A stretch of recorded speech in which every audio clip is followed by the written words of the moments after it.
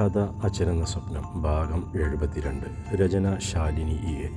ഒരു ആനയെ തിന്നാനുള്ള വിശപ്പുമായിട്ടാണ് കാർത്തി റൂമിനുള്ളിലേക്ക് കയറി ചെന്നത്. എന്നാൽ രാവിലെ പോകുമ്പോൾ അവൻ കണ്ട റൂം ആയിരുന്നില്ല അത്. ആന കരിമ്പിൻ തോട്ടത്തിൽ കയറിയതുപോലെ കട്ടിലൊരു ഭാഗത്ത്, കിടക്കൊരു ഭാഗത്ത്, കിടക്കയുടെ വിരിയൊരു ഭാഗത്ത്, മേശപ്പുറത്ത് ഒതുക്കി വെച്ചിരിക്കുന്ന ബുക്കുകളെല്ലാം റൂമിൽ ചിതറി കിടക്കുന്നുണ്ട്.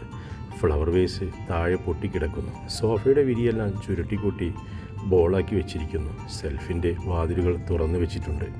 അയൺ ചെയ്ത് ഹാങ്കറിൽ തൂക്കിയിട്ടുള്ള ഷർട്ടുകളെല്ലാം ഹാങ്കറോടുകൂടി പരന്ന് കിടക്കുന്നുണ്ട്. പാൻറ്റും ബർമുടയും ടീഷർട്ടും എന്ന് വേണ്ട സെൽഫിനുള്ള ഒരൊറ്റ ഡ്രസ്സ് പോലും ഇല്ല. ഇരു കൈയും എളിയിൽ കുത്തിക്കൊണ്ട് കാർത്തി ഒന്ന് തിരിഞ്ഞു അതെല്ലാം ഒന്ന് വീക്ഷിച്ചു. ഇതെല്ലാം ചെയ്തു വെച്ചവൾ എവിടെയെന്ന അർത്ഥത്തിൽ. റൂമിലൊന്നും ചിലങ്കയെ കാണാത്തതിനാൽ അവൻ ബാൽക്കണിയുടെ വാതിൽ തുറന്ന് പുറത്തേക്കിറങ്ങി. അവിടെ റെയിലിങ്ങിൽ പിടിച്ചും കൊണ്ട് താഴേക്ക് നോക്കി നിൽക്കുന്നവളെ കാർത്തി കുറച്ചു നേരം നോക്കി നിന്നു. ഇന്നലെ രാത്രിയിൽ എടുത്തിട്ട തൻ്റെ ഡ്രസ്സ് തന്നെയാണ് അവളുടെ വേഷം.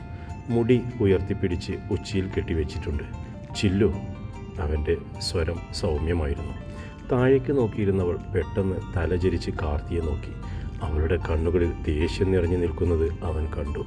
താൻസി റാണി ക്ഷീണിച്ച് നിൽക്കുകയാണോ? പടക്കളത്തിൽ ഒത്തിരി പേരുടെ ജീവൻ പൊരിഞ്ഞ് കിടക്കുന്നുണ്ടല്ലോ. പാവങ്ങളെ കുരുതി കൊടുക്കാൻ മാത്രം അങ്കക്കലി പൂണ്ടത് എന്തിനാണാവോ? ചിലങ്ക റൈലിങ്ങിൽ നിന്നും പിടിവിട്ടുകൊണ്ട് അവൻ്റെ നേർക്ക് നടന്നെടുത്തു. ഇടയ്ക്കിടെ അയഞ്ഞു തൂങ്ങിയ പാൻറ് മുകളിലേക്ക് വലിച്ചു കയറ്റുന്നുണ്ട്. കാർത്തിയുടെ മുന്നിൽ വന്ന് നിന്നുകൊണ്ട് അവൾ അവൻ്റെ മുഖത്തേക്ക് തറപ്പിച്ചു നോക്കി. എനിക്ക് കുളിക്കണം. അതിനാണോ റൂമിൽ ഇത്രയും കോലാഹലം കാട്ടിക്കൂട്ടിയത്? വാഷ്റൂമിൽ കയറിയാൽ നിന്റെ കുളി നടക്കില്ല? അവൻ അല്പദേശത്തിൽ ചോദിച്ചു. അവൻ്റെ വാക്കുകൾ അവളിൽ അരിശമാണ് നിറച്ചത്. തൻ്റെ ഈ റൂമിലുള്ള ഇന്നറുകളിൽ ഒരെണ്ണം ഒഴിച്ച് ബാക്കിയെല്ലാം എടുത്ത് ഞാൻ തീയിടും, നോക്കിക്കോ. അവൾക്ക് ദേഷ്യവും സങ്കടവും നിയന്ത്രിക്കാൻ കഴിയുന്നില്ല. അവൾ പറഞ്ഞതിൻ്റെ അർത്ഥം അവൻ അപ്പോഴാണ് മനസ്സിലായത്. സോറി. അവൻ വന്നതുപോലെ പുറത്തേക്ക് ഇറങ്ങിപ്പോയി. ചായ ചോദിച്ചവൻ പുറത്തേക്ക് പോകുന്നത് കണ്ടതും രാമേട്ടൻ വേഗം ഓടിച്ചെന്നു. കുഞ്ഞെ, ചായ എടുത്തു വെച്ചു. ഞാൻ അരമണിക്കൂറിനുള്ളിൽ വരാം രാമേട്ട. അതും പറഞ്ഞുകൊണ്ടവൻ കാറുമെടുത്ത് പുറത്തേക്ക് പോയി. ഇനി 5 മണിക്കൂർ കഴിഞ്ഞാലാകും അരമണിക്കൂർ ആകുന്നത്. സ്വയം ആത്മകഥം ചെയ്തുകൊണ്ട് അയാൾ തിരിഞ്ഞു നടന്നു. തിരുവനന്തപുരം വെഡ്ഡിംഗ് കളക്ഷൻ എന്ന സ്വന്തം ഡ്രസ്സ് ഗോപുരത്തിൽ നിന്നും മുന്നിൽ കാർ നിർത്തി ഇറങ്ങി കാർത്തി ഉള്ളിലേക്ക് കയറി ചെന്നു. പെട്ടെന്ന് കാർത്തിയെ കണ്ടതും മാനേജർ ജോസഫ് ഓടി വന്നു. കോട്ടും സൂട്ടും മാത്രമിട്ട് കയറി വരാനുള്ള കാർത്തി വെറും നൈറ്റ് ഡ്രസ്സിട്ട് വരുന്നത് കണ്ടതും അയാൾ വല്ലാതെയായി. സാർ, എന്തു പറ്റി സാർ? എന്താണ് ഈ ഡ്രസ്സിൽ? അപ്പോഴാണ് കാർത്തി തന്നിലേക്ക് തന്നെ നോക്കിയത്. ജാള്യത മറച്ചു വെച്ചും കൊണ്ടവൻ മാനേജരെ രൂക്ഷമായി നോക്കി. ഈ ഡ്രസ്സിനെന്താ കുഴപ്പം? എനിക്ക് ലേഡീസിൻ്റെ കുറച്ച് ഐറ്റംസ് വേണം. അതെവിടെയാണെങ്കിൽ അവിടെ പോകാം. അയാൾ ആലോചനയോടെ കാർത്തിയെ നോക്കി. ലേഡീസിൻ്റെ എന്ന് പറയുമ്പോൾ സാരിയാണോ സാർ ഉദ്ദേശിച്ചത്, അതോ ചുരിദാറോ? രണ്ടും ഇപ്പോൾ വേണ്ട. ഒരു പെൺകുട്ടിക്ക് വീട്ടിലിടേണ്ട ഡ്രസ്സുകൾ, പുറത്തിടേണ്ടതും അകത്തിടേണ്ടതും. കാർത്തി അങ്ങനെ പറഞ്ഞതും അയാൾ മുന്നോട്ട് നടന്നു. സാർ വരൂ, നമുക്ക് 3rd ഫ്ലോറിലേക്ക് പോകാം. ലിഫ്റ്റിൽ 3rd ഫ്ലോറിലെത്തിയതും ഫ്ലോർ ഇൻചാർജായ സിസിലിയെ വിളിച്ചു ജോസഫ്. സാർ. അവർ വേഗം ഓടി വന്നു. നമ്മുടെ MD ആണ് കാർത്തിക് സാർ. അറിയാമെന്ന ഭാവത്തിൽ അവൾ ജോസഫിൻ്റെ നേർക്ക് നോക്കി. അദ്ദേഹത്തിന് കുറച്ച് ഡ്രസ്സുകൾ വേണം. ഏതൊക്കെയാണെങ്കിലും എടുത്തു കൊടുക്കൂ. ശരി സാർ, വരൂ. സിസിലിയുടെ പിന്നാലെ കാർത്തി നടന്നു. എന്തൊക്കെയാണ് സാർ വേണ്ടത്? പെൺകുട്ടികൾക്ക് വീട്ടിലിടേണ്ട ഡ്രസ്സ്, ടീഷർട്ടും ഷോർട്ട്സും ചുരിദാർ, മിഡി ടോപ്പ്, അങ്ങനെ.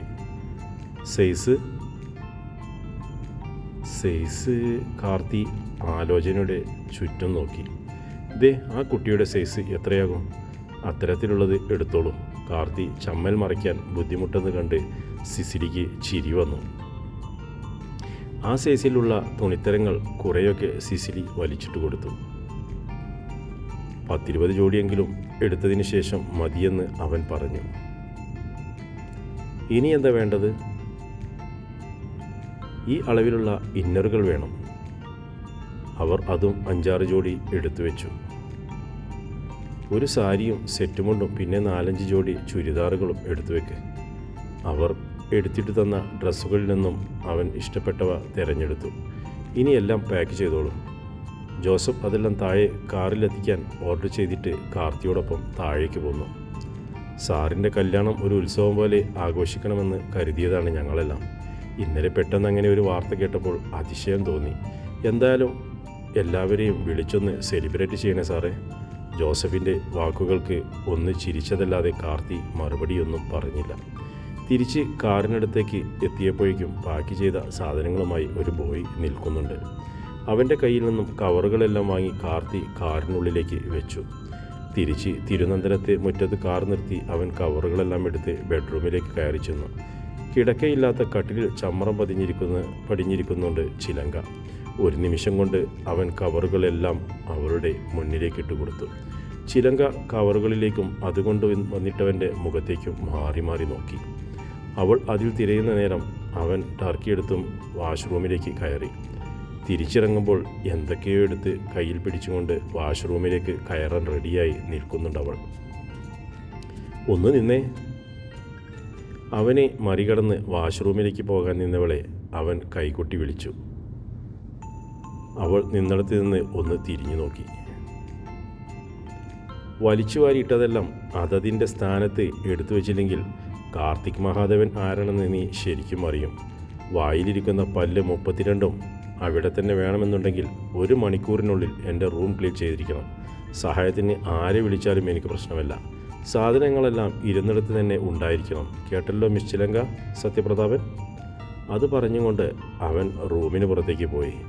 കുഞ്ഞ് ചില്ലു. കുഞ്ഞ് ഇതുവരെ ഒന്നും കഴിച്ചിട്ടില്ല. കാർത്തിയുടെ പ്ലേറ്റിലേക്ക് ഇഡ്ഡലി വിളമ്പതിനിടയിൽ രാമേട്ടൻ പറഞ്ഞു. വിഷമിക്കേണ്ട രാമേട്ട, ആർക്കും അധിക നേരമൊന്നും വിശപ്പ് സഹിച്ചിരിക്കാൻ കഴിയില്ല. അച്ഛൻ കഴിച്ചില്ലേ?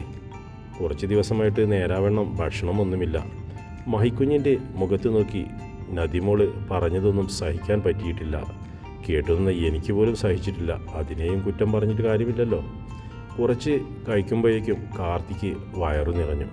എഴുന്നേറ്റ് കഴുകി അവൻ അച്ഛൻ്റെ റൂമിലേക്ക് ചെന്നു. അയാൾ കിടക്കുകയായിരുന്നു. ഒരാഴ്ച കൊണ്ട് വൃദ്ധനായതുപോലെ അവന് വിഷമം തോന്നി. അച്ഛാ. ബെഡിൽ ഓരത്തിരുന്നും കൊണ്ട് അവൻ അച്ഛനെ പതിയെ വിളിച്ചു. അയാൾ ആയാസപ്പെട്ടെന്നത് പോലെ കണ്ണുകൾ തുറന്നു. മുന്നിൽ കാർത്തിയെ കണ്ടതും അയാളുടെ കണ്ണുകളിൽ പ്രകാശം മിന്നി. മഹാദേവൻ പതിയെ എഴുന്നേറ്റിരുന്നു. നിന്നെ രാവിലെ കാണാനില്ലെന്ന് രാമേട്ടൻ പറഞ്ഞു. എവിടെ പോയതാ? കുഞ്ഞുങ്ങളുടെ കാര്യം അയാളോട് പറയേണ്ടതില്ലെന്നും അവൻ മുൻപേ തന്നെ തീരുമാനിച്ചിരുന്നു. എനിക്ക് അർജൻറ്റായി ഒരിടം വരെ പോകേണ്ടതുണ്ടായിരുന്നു. ചില്ലുമോൾ എന്തെങ്കിലും കഴിച്ചോ? പാവം, അതിനതൊക്കെ ഉൾക്കൊള്ളാൻ ഇത്തിരി സമയം വേണ്ടിവരും. നിന്റെ ദേഷ്യം കുറച്ചൊന്ന് കുറച്ചേക്ക് കാർത്തി. അവൻ അതിന് മറുപടി പറഞ്ഞില്ല. അച്ഛനോട് എനിക്ക് കുറച്ച് സംസാരിക്കാനുണ്ട്. അവൻ്റെ മുഖം ഗൗരവമായതും മഹാദേവൻ്റെ പുരികം ചുളിഞ്ഞു. നിനക്കെന്താ സംസാരിക്കാനുള്ളത്? എൻ്റെ അമ്മയ്ക്ക് ബന്ധുക്കളുള്ളതായി അച്ഛനറിയാമോ? ആർക്ക്? യാമിക്കോ? ഇല്ലല്ലോ. അവൾക്ക് ബന്ധുക്കളാരും ഇല്ല. അവൾ വളർന്നതും പഠിച്ചതുമെല്ലാം ഓർഫനേജിലാണ്. എന്നാൽ ഞാനിപ്പോൾ വേറൊരു സത്യമറിഞ്ഞു. അമ്മയ്ക്ക് ബന്ധുക്കളുണ്ടെന്നും അമ്മയെപ്പോലെ തന്നെ ഒരു ഇരട്ട സഹോദരി ഉണ്ടെന്നും. കാർത്തിയുടെ വാക്കുകൾ കേട്ട് മഹാദേവൻ അമ്പരന്നുപോയി. നീ എന്താ പറഞ്ഞത്? അതോടെ കാർത്തി അറിഞ്ഞ കഥകളെല്ലാം അച്ഛനോട് പറഞ്ഞു. അയാൾക്കതൊന്നും വിശ്വസിക്കാൻ കഴിഞ്ഞില്ല എന്നതാണ് സത്യം. അതുമാത്രമല്ല അച്ഛാ, അന്നത്തെ നമ്മുടെ ഡ്രൈവർ ഭരതേട്ടനെ ഞാൻ പോയി കണ്ടിരുന്നു. അയാൾ ശരീരം തളർന്ന് സംസാരിക്കാൻ പോലും കഴിയാതെ കിടപ്പിലായിരുന്നു. ഞാനും ബദ്രിയും കൂടി അയാളെ കുറ്റിപ്പുറത്തുള്ള നമ്മുടെ വില്ലയിൽ കൊണ്ടാക്കി. ആയുർവേദ ചികിത്സയ്ക്ക് ആളെയും ഏർപ്പാടാക്കി. ഇപ്പോൾ കുറേയൊക്കെ ഭേദമായിട്ടുണ്ട്. സംസാരിക്കാനും കുറച്ചൊക്കെ പറ്റുന്നുണ്ട്. അങ്ങനെ കഴിഞ്ഞ ദിവസം എന്നെ വിളിപ്പിച്ചതനുസരിച്ച് ഞാനും ബദ്രിയും കുറ്റിപ്പുറത്ത് പോയിരുന്നു. അന്ന് കുറേ കാര്യങ്ങൾ ഭരതേട്ടൻ പറഞ്ഞു തന്നു. നമ്മൾ കണ്ടതും കേട്ടതുമൊന്നുമല്ല സത്യമെന്നും അമ്മയൊരിക്കലും തെറ്റ് ചെയ്തിട്ടില്ലെന്നും പറഞ്ഞപ്പോൾ അന്നത്തെ 7 വയസ്സുകാരൻ്റെ കണ്ണിൽ കണ്ട കാഴ്ച അതെന്താണെന്ന് ഞാൻ ഭരതേട്ടനോട് ചോദിച്ചു. അത് ആസൂത്രിതമായ നാടകമായിരുന്നു എന്നാണ് പറഞ്ഞത്. അതിനു പിന്നിൽ ശക്തമായ തിരക്കഥ ഉണ്ടായിരുന്നു എന്ന്. ഇനി എൻ്റെ ലക്ഷ്യം എന്തായിരുന്നു ആ നാടകമെന്ന് അറിയാനാണ്. അച്ഛൻ്റെ കസിൻ സിസ്റ്റർ സുഭദ്രയ്ക്ക് അച്ഛനോട് എന്തെങ്കിലും ശത്രുതയുണ്ടോ? കാർത്തിയുടെ ചോദ്യത്തിന് അയാൾ നിഷേധാത്മകമായി തലയിളക്കി. എൻ്റെ അറിവിലില്ല. എനിക്കവരെ വിസ്തരിച്ചൊന്ന് കാണണം. അച്ഛൻ കിടന്നോ? അമ്മയുടെ നഷ്ടം നമുക്കിനി നികത്താൻ കഴിയില്ല. കുഞ്ഞോളെ ഞാൻ നമ്മളിലേക്ക് തിരിച്ചു കൊണ്ടുവരും. ഈ കത്തുകളിൽ എഴുതിയ ഓരോ വരികളിലും അച്ഛൻ നിറഞ്ഞു നിൽക്കുന്നത് പോലെ ഇനിയും അവളുടെ ഉള്ളിൽ അച്ഛൻ നിറഞ്ഞു നിൽക്കും. അച്ഛൻ സങ്കടപ്പെടരുത്. അയാൾ നിറഞ്ഞ കണ്ണുകളോടെ മകനെ നോക്കി. അച്ഛൻ്റെ തലയിലൊന്ന് തലോടിയതിനു ശേഷം അവൻ എഴുന്നേറ്റ് പോയി. തിരികെ റൂമിൽ വരുമ്പോൾ റൂം പഴയതുപോലെ തന്നെ ഉണ്ടായിരുന്നു. വലിച്ചെറിഞ്ഞതെല്ലാം അതാത് സ്ഥാനത്ത് തന്നെ ഇരിക്കുന്നുണ്ട്. പൊട്ടിയതെല്ലാം റൂമിൽ നിന്നും എടുത്തു കളഞ്ഞിട്ടുമുണ്ട്. മുറിയിലെങ്ങും ആളെ കാണാനുമില്ല. വല്ലാതങ്ങ് സ്ഥാനം കൊടുക്കേണ്ടതില്ലെന്ന് അവൻ തീരുമാനിച്ചു കഴിഞ്ഞിരുന്നു. അവൾക്കായി കുറച്ചു സമയം അനുവദിക്കുക.